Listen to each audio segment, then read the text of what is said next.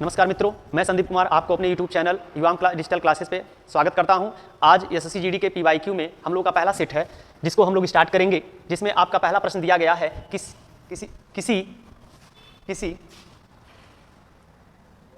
किसी देश या देश के एक सुपरिभाषित भौगोलिक क्षेत्र के सभी व्यक्तियों से संबंधित जनसांख्यिकी, आर्थिक और सामाजिक आंकड़ों को एक विशिष्ट समय पर एकत्र करने, संकलित करने, विश्लेषण करने और प्रसारित करने की संपूर्ण प्रक्रिया क्या कहलाती है। जिसमें पहला ऑप्शन आपका दिया गया है संविधान, दूसरा है आपका राष्ट्रीय सर्वेक्षण, तीसरा है जनसंख्या, चौथा ऑप्शन है आपका जनगणना। तो मित्रों, इस दिए गए प्रश्न का जो सही उत्तर होगा वह आपका है जनगणना। जनगणना इस दिए गए प्रश्न का सही उत्तर होगा। जनगणना के संदर्भ में आपके एग्जाम में कई तरह के प्रश्न पूछे जाते हैं। जैसे पहला प्रश्न आपसे पूछ ले कि जनगणना की शुरुआत कब हुआ। जनगणना की शुरुआत से अगर प्रश्न करे तो 1872 ईस्वी में, चूंकि हमें पता है कि 1872 ईस्वी में जो भारत के वायसराय थे वह लॉर्ड मेयो थे। इनके द्वारा ही भारत में पहली बार जनगणना की शुरुआत 1872 ईस्वी में किया गया था। नियमित या दशकीय जनगणना कहे आपसे पूछ ले कि नियमित या दशकीय जनगणना की शुरुआत कब हुआ, तो इस प्रश्न का जो सही उत्तर है वह आपका 1881 ईस्वी। और उस समय जो भारत के वायसराय थे उनका नाम था लॉर्ड रिपन, जो कि आपके एग्जाम के दृष्टिकोण से बेहद महत्वपूर्ण होगा। प्रत्येक प्रश्न के आपको नोट करते हुए चलना है। अब आगे बढ़ते हैं 2011 की जनगणना के संदर्भ में। 2011 की जनगणना, इससे दो प्रश्न आपसे पूछ ले कि यह स्वतंत्र भारत के किस क्रम की जनगणना है। स्वतंत्र भारत की बात किया जाए तो यह 7वीं जनगणना होगा। और भारत की कौन सी जनगणना है, तो यह 15वीं जनगणना होगी भारत की। ठीक, 2011 की जनगणना के अनुसार भारत की जनसंख्या पूरे विश्व की जनसंख्या का 17.5% जनसंख्या भारत में निवास करती है। ठीक है, चलिए अब अगले प्रश्न पे चलते हैं। हमारा अगला प्रश्न है कि मुद्रा आपूर्ति की माप का सबसे साधारण रूप कौन है, जो कि क्रम से आपका M1, M2, M3, M4 दिया गया है। इस दिए गए प्रश्न का जो सही उत्तर होगा आपका M3 होगा। ठीक, तो इन प्रश्नों को हमें बारीकी से पढ़ना है और आगे बढ़ना है। चलिए आगे बढ़ते हैं। अगला प्रश्न है कि भारत न्यायाधीशों को हटाए जाने के संबंध में नीचे दिए गए कथन को पूरा कीजिए। भारतीय संविधान, पहला ऑप्शन, यह केवल उच्च न्यायालय के न्यायाधीशों को हटाने की प्रक्रिया निर्धारित करता है। दूसरा, न्यायाधीशों को हटाने के लिए बहुत लचीली प्रक्रिया निर्धारित करता है। न्यायाधीशों को हटाने के लिए बहुत कठिन प्रक्रिया निर्धारित करता है। चौथा, न्यायाधीशों को हटाने के लिए कोई प्रक्रिया निर्धारित नहीं करता है। देखिए मित्रों, इसमें जो चौथा ऑप्शन दिया गया है कि भारतीय संविधान में न्यायाधीशों को हटाने के लिए कोई प्रक्रिया निर्धारित नहीं किया गया है, यह आपका गलत होगा। क्योंकि भारतीय संविधान में न्यायाधीशों को उनके पद से हटाने के संदर्भ में उल्लेख किया गया है। जिसे हम सभी को पता है कि जो महाभियोग की प्रक्रिया है, इस महाभियोग की प्रक्रिया के द्वारा न्यायाधीशों को साबित कदाचार और अक्षमता के आधार पर पद से हटाया जा सकता है, जो कि महाभियोग जो है एक बहुत ही कठिन प्रक्रिया है। अतः इस प्रश्न का जो विकल्प सी है वह सही होगा। इस प्रश्न का विकल्प सी आपका सही होगा। ठीक है, चलिए अगला प्रश्न है कि जब मेंडलीफ ने अपना कार्य आरंभ किया था तो उस समय कितने तत्व ज्ञात थे। मतलब कि जब मेंडलीफ ने आवर्त सारणी बनाई थी तो उस समय कुल कितने तत्वों की संख्या ज्ञात थी। जिसमें पहला ऑप्शन है 63, दूसरा है आपका 29, तीसरा है आपका 36 और चौथा है 47। इस प्रश्न का उत्तर क्या होगा, 63। ठीक है, चलिए मुझे लगता है यह प्रश्न आपको समझ में आ गया होगा। अब आगे बढ़ते हैं। अगला प्रश्न है 5 मई 2023 में किस राज्य के मुख्यमंत्री को भय मुक्त राज्य बनाने के लिए भारत रत्न डॉक्टर अंबेडकर पुरस्कार से सम्मानित किया गया। जिसमें इस प्रश्न का जो सही उत्तर होगा वह उत्तर प्रदेश के मुख्यमंत्री कौन है, योगी आदित्यनाथ। उत्तर प्रदेश के मुख्यमंत्री योगी आदित्यनाथ जी को उत्तर प्रदेश में भयमुक्त राज्य बनाने के कारण भारत रत्न डॉक्टर अंबेडकर पुरस्कार से सम्मानित किया गया था। अगला प्रश्न 23 मई 2023 को भारतीय प्रतिस्पर्धा आयोग के अध्यक्ष के रूप में किसने पद संभाला। मित्रों, इस प्रश्न का जो सही उत्तर है वह है रवनीता कौर। भारतीय प्रतिस्पर्धा आयोग, इसकी स्थापना की बात किया जाए तो वर्ष 2003 में भारतीय प्रतिस्पर्धा आयोग की स्थापना किया गया था, जिससे का अध्यक्ष रवनीत कौर को 23 मई 2023 को बनाया गया है। ये सभी प्रश्न आपके एसएससी जीडी 2024 में पूछे गए हैं। चलिए आगे बढ़ते हैं। अब अगले प्रश्न पे देखते हैं कि अगला प्रश्न हमारा क्या है। 7वां प्रश्न लिखा है, निम्नलिखित में से कौन सा या कौन सी भारतीय संगीतकार सर्वोच्च नागरिक सम्मान भारत रत्न प्राप्त करने वाली पहली भारतीय गायक या गायिका है? पहला ऑप्शन दिया है ए.आर. रहमान, दूसरा है आर.डी. बर्मन, तीसरा एम.एस. सुब्बुलक्ष्मी और चौथा है आपका डॉक्टर जाकिर हुसैन। तो इस दिए गए चारों विकल्पों में एम.एस. सुब्बुलक्ष्मी जो थी भारत रत्न पाने वाली भारत की पहली गायिका थी, जिन्हें वर्ष 1998 ईस्वी में भारत के सर्वोच्च सम्मान भारत रत्न से सम्मानित किया गया था। जाकिर हुसैन की बात किया जाए तो यह भारत के प्रसिद्ध क्या है, तबला वादक हैं। ए.आर. रहमान भारत के एक प्रसिद्ध संगीतकार हैं। ठीक है, चलिए आगे बढ़ते हैं। हमारा अगला प्रश्न है, सत्य शोधक समाज के संस्थापक कौन थे? पहला ऑप्शन दिया है ईश्वर चंद्र विद्यासागर, दूसरा हरिदास ठाकुर, तीसरा ज्योतिबा फुले और चौथा है घासीदास। देखिए मित्रों, इस प्रश्न का जो सही आंसर होगा वह होगा आपका ज्योतिबा फुले। सत्य शोधक समाज की बात किया जाए तो समाज में व्याप्त बुराइयों को दूर करने का ज्योतिबा फुले के द्वारा बनाया गया एक प्रमुख संगठन था, जिसकी स्थापना वर्ष 1873 ईस्वी में ज्योतिबा फुले के द्वारा किया गया था। अगर वहीं ईश्वरचंद्र विद्यासागर की अगर हम बात करें, ईश्वरचंद्र विद्यासागर की, तो ईश्वरचंद्र विद्यासागर जो थे 1856 में विधवा पुनर्विवाह अधिनियम को पारित करने में इनका एक अहम योगदान था, जिस अधिनियम की पूरी अवधारणा भारत के गवर्नर जनरल लॉर्ड डलहौजी के समय में तैयार हुआ था, परंतु विधवा पुनर्विवाह अधिनियम को पारित करने का श्रेय भारत के वायसराय लॉर्ड कैनी को जाता है। चलिए आगे बढ़ते हैं। हमारा अगला प्रश्न है, भारतीय उपमहाद्वीप में ज्ञात लेखन की सबसे प्रारंभिक शैली का क्या नाम है? यानी भारत में जो लेखन कला की जो सबसे प्रारंभिक शैली है वह कौन सी शैली था? इस संदर्भ में आपके एसएससी जीडी 20 फरवरी 2024 के पहले शिफ्ट में पूछा गया था। पहला ऑप्शन है ब्राह्मी लिपि, दूसरा है सिंधु लिपि, तीसरा है पाली लिपि, चौथा है संस्कृत लिपि। तो मित्रों, इस दिए गए प्रश्न का जो आयोग ने सही उत्तर माना है वह है आपका सिंधु लिपि, जिसके बारे में अभी हमें पूर्ण रूप से ज्ञात नहीं है। माना जाता है कि जो सिंधु लिपि था यह हड़प्पा सभ्यता की एक ऐसी लिपि थी जिसे अभी तक पढ़ने में सफलता हमारे पुरातत्वविदों को नहीं मिली है।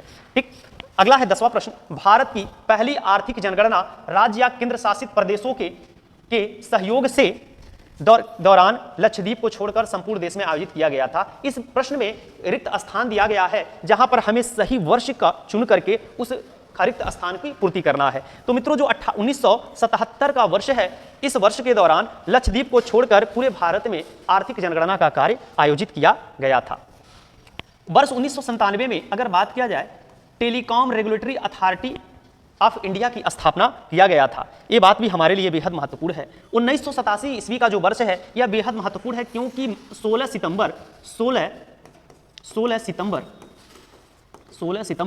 1987 ईस्वी को कनाडा के मॉन्ट्रियल शहर में एक प्रोटोकॉल हुआ था, जिसे हम मॉन्ट्रियल प्रोटोकॉल कहते हैं, जो कि ओजोन परत के संरक्षण के लिए आयोजित एक विश्व के सभी देशों का एक सम्मेलन था, जिसमें ओजोन परत से को बचाने के लिए सभी ने मॉन्ट्रियल प्रोटोकॉल पर अपना हस्ताक्षर किया था। यही कारण है कि 16 सितंबर को हम विश्व ओजोन दिवस के रूप में मनाते हैं। विश्व ओजोन दिवस के रूप में 16 सितंबर को मनाया जाता है, क्योंकि इसी दिन क्या हुआ था, मॉन्ट्रियल प्रोटोकॉल हुआ था, जिसमें ओजोन परत को संरक्षित करने का सभी देशों ने निर्णय लिया था। अतः इस प्रश्न को भी आप ध्यान रखिएगा। चलिए आगे बढ़ते हैं। हमारा अगला प्रश्न है, महिला आरक्षण विधेयक 2023 के अनुसार लोकसभा और राज्यसभाओं में महिलाओं की कितनी सीटें आरक्षित हैं? पहला ऑप्शन है आधी, 2/3, तीसरा ऑप्शन 1/3, चौथा ऑप्शन 1/4। इस प्रश्न का जो सही उत्तर है वह क्या होगा, 1/3 होगा। इसके अलावा यदि देखा जाए तो जो पंचायती राज व्यवस्थाएं होती हैं, पंचायती राज व्यवस्था जिसे हम स्थानीय स्वशासन भी कहते हैं, इस व्यवस्था को अगर देखा जाए तो इसमें भी महिलाओं के लिए 1/3 यानी 33% सीटें आरक्षित की गई हैं। चलिए आगे बढ़ते हैं। वारांश हिंदू त्योहार दिवाली के समान है, जो निम्नलिखित में से किस जनजाति के द्वारा मनाया जाता है? पूछ रहा है प्रश्न कि वारांश एक हिंदू त्योहार है, जो दिवाली की तरह ही किस जनजाति के द्वारा मनाया जाता है? ऑप्शन ए वर्ली और Konkada, option B Santhal, option C Gond और भील और चौथा ऑप्शन है मुंडा। इस दिए गए प्रश्न का जो सही उत्तर है क्या होगा, वर्ली और कोंकण, जो कि हमारे इस प्रश्न का सही उत्तर होगा। चलिए अब 13वें प्रश्न पे चलते हैं। दिया है एथलेटिक्स में IAAF विश्व चैंपियनशिप से पूरी तरह से एक पेशेवर प्रतियोगिता बन गई। यानी एथलेटिक्स में IAAF विश्व चैंपियनशिप से पूरी तरह से एक पेशेवर प्रतियोगिता बन गई। कब बना? 1997, 1993, 1991, 1995। इस दिए गए सभी विकल्पों में जो हमारा सही विकल्प होगा वह सही विकल्प होगा कब? 1997 ईस्वी। जैसा कि अभी हमने चर्चा किया कि वर्ष 1997 ईस्वी में ही हमारा ट्राई की स्थापना हुआ था, telecom regulatory authority of India की स्थापना किया गया था। साथ ही साथ यहाँ पे अगर देखा जाए तो एक और वर्ष आपके लिए महत्वपूर्ण होगा 1991। 1991 ईस्वी का वर्ष हमारे लिए महत्वपूर्ण होगा क्योंकि भारत में FDI की शुरुआत हुआ था 1991 ईस्वी में। 1991 ईस्वी में भारत में FDI की शुरुआत हुआ। साथ ही साथ भारत में नई आर्थिक नीति की जो शुरुआत हुआ था, नई आर्थिक नीति की शुरुआत, इसको भी शुरू करने का जो काम है वह 1991 में किया गया था। और 1991 में जो भारत के प्रधानमंत्री थे वह PV नरसिम्हा राव थे और भारत के जो उस समय वित्त मंत्री थे डॉक्टर मनमोहन सिंह थे। 1991 में भारत ने नई आर्थिक नीति के तहत LPG को अपनाया था। LPG, लिबरलाइजेशन, प्राइवेटाइजेशन और ग्लोबलाइजेशन व्यवस्था को अपनाया था, जिसके तहत भारत की अर्थव्यवस्था उस समय मजबूत हुई थी। इसी नाते डॉक्टर मनमोहन सिंह को उदारीकरण का जनक कहा जाता है। उदारीकरण का जनक, आपसे पूछ ले आर्थिक उदारीकरण का जनक किसे कहा जाता है तो डॉक्टर मनमोहन सिंह को, डॉक्टर मनमोहन सिंह को उदारीकरण का जनक कहा जाता है। साथ ही साथ अगर पूछ ले आर्थिक सुधार का जनक किसे कहा जाता है, आर्थिक सुधार का जनक अगर आपसे पूछे तो इस प्रश्न का जो सही जवाब होगा वह होगा PV नरसिम्हा राव। PV नरसिम्हा राव जो कि भारत के 1991 में प्रधानमंत्री थे। ये दोनों ही प्रश्न हमारे एग्जाम के लिए बेहद महत्वपूर्ण होगा, जिसे आप नोट करते हुए चलिएगा। चलिए आगे बढ़ते हैं। अगला प्रश्न है हमारा, रंगास्वामी कप का संबंध किस खेल से है? हॉकी, बैडमिंटन, टेनिस या फुटबॉल? इन चारों ऑप्शन में से अगर देखा जाए तो रंगास्वामी कप का जो संबंध है वह हॉकी से है। ठीक है, चलिए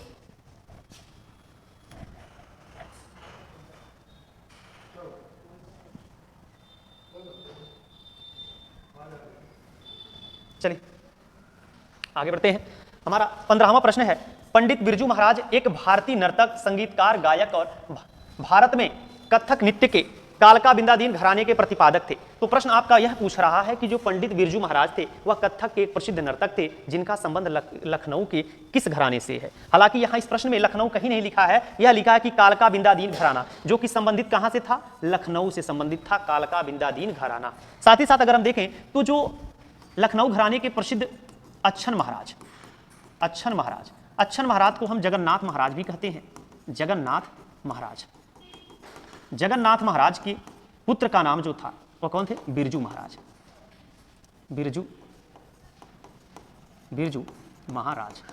बिरजू महाराज के पिता अच्छन महाराज और इनके चाचा जिस दो थे जिनका नाम था शंभू महाराज और लच्छू महाराज।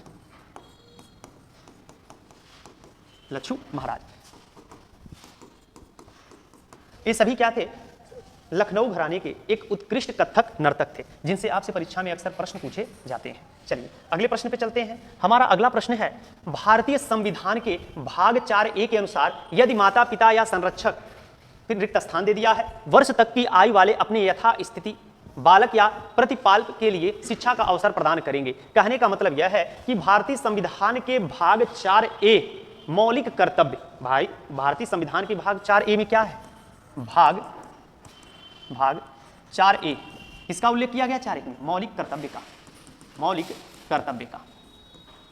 और मौलिक कर्तव्य में पूछिए कितने मौलिक कर्तव्य हैं? टोटल 11 मौलिक कर्तव्य हैं, जिसमें कहा गया है कि 6 से 14 वर्ष के आयु के बच्चे हैं उन्हें शिक्षा का अवसर प्रदान किया जाएगा। और यह जो प्रदान करने का लक्ष्य है, उनके माता पिता या अभिभावक बच्चे को शिक्षा अर्जित करने के लिए पूरा अवसर प्रदान करेंगे। चलिए क्वेश्चन नंबर 17 को देखा जाए। दिया है, किस भारतीय नृत्य कलाकार ने 2018 में ओडिसी नृत्य के लिए संगीत नाट्य अकादमी पुरस्कार जीता? अखम लक्ष्मी देवी, सुरूपा सेन, डॉक्टर अरुणा मोहंती और चौथा ऑप्शन है एलम इंदिरा देवी। ध्यान से इस प्रश्न को समझिएगा मित्र। जो अखम लक्ष्मी देवी थी, इनका संबंध है मणिपुरी शास्त्रीय नृत्य से। सुरूपा सेन जो कि ओडिसी की एक प्रसिद्ध नर्तक है, नृत्यांगना है, और डॉक्टर अरुणा मोहंती का संबंध भी ओडिसी शास्त्रीय नृत्य से है। और हमारा जो चौथा ऑप्शन है एलम इंदिरा देवी, ये मणिपुर की एक नृत्यांगना है, मणिपुरी शास्त्रीय नृत्य की एक नृत्यांगना है। तो हमने तो पहले ही 2 ऑप्शन क्या कर दिया, बाहर हो गए हमारे 2 ऑप्शन, क्योंकि 2 ऑप्शन आपके मणिपुरी है, पहला और अंतिम। अब बचे हमारे पास 2 ऑप्शन, स्वरूपा सेन और डॉक्टर अरुणा मोहंती। और इस प्रश्न का जो सही उत्तर होगा कौन होंगी, स्वरूपा सेन, जिन्हें वर्ष 2018 में संगीत नाट्य अकादमी पुरस्कार से सम्मानित किया गया था। चलिए आगे बढ़ते हैं। अगला हमारा 18 नंबर प्रश्न को देखते हैं। 18 नंबर प्रश्न में पूछ रहा है कि वर्ष 2015 में भारत की योजना आयोग के स्थान पर किस संस्था की स्थापना किया गया था। जैसे कि हम सभी को पता है कि भारत में एक योजना आयोग था जो कि स्वतंत्रता प्राप्ति के बाद देश में विकास की गतिविधियों को बढ़ाने के उद्देश्य से, यानी देश की जो स्थिति थी उस स्थिति को बेहतर बनाने के लिए भारत में योजना आयोग की स्थापना किया गया था। योजना आयोग का काम था कि जो पंचवर्षीय योजनाएं हैं उस पंचवर्षीय योजनाओं को संचालित करना। योजना आयोग की बात किया जाए तो योजना आयोग या रूसी जो विद्वान थे, रूसी विद्वान के विचारों से प्रभावित था, लेकिन वहीं अगर हम नीति आयोग की बात करें तो यह पूर्ण रूप से यह भारतीय विद्वानों के विचारों से प्रभावित है। भारतीय विद्वान, यानी हम यह कह सकते हैं कि जो योजना आयोग था वह रूसी मॉडल पर आधारित था, लेकिन नीति आयोग पूर्ण रूप से भारतीय विद्वानों के मॉडल पर आधारित है। तो इस दिए गए प्रश्न का जो सही उत्तर होगा वह नीति आयोग होगा। नाबार्ड की स्थापना कब हुआ था, 1982 ईस्वी में। भारत में कृषि और ग्रामीण क्षेत्र में ऋण प्रदान करने वाली जो सबसे बड़ी संस्था है वह है नाबार्ड, जिसकी स्थापना वर्ष 1982 ईस्वी में किया गया था। सेबी की स्थापना 1988 ईस्वी में किया गया था, परंतु इसे सांविधिक अधिकार वर्ष 1992 में दिया गया था। आरबीआई 1 अप्रैल 1935 को 5 करोड़ की निजी पूंजी के साथ 1 अप्रैल 1935 ईस्वी को 5 करोड़ की निजी पूंजी के साथ स्थापित किया गया था आरबीआई को, यानी भारतीय रिजर्व बैंक को।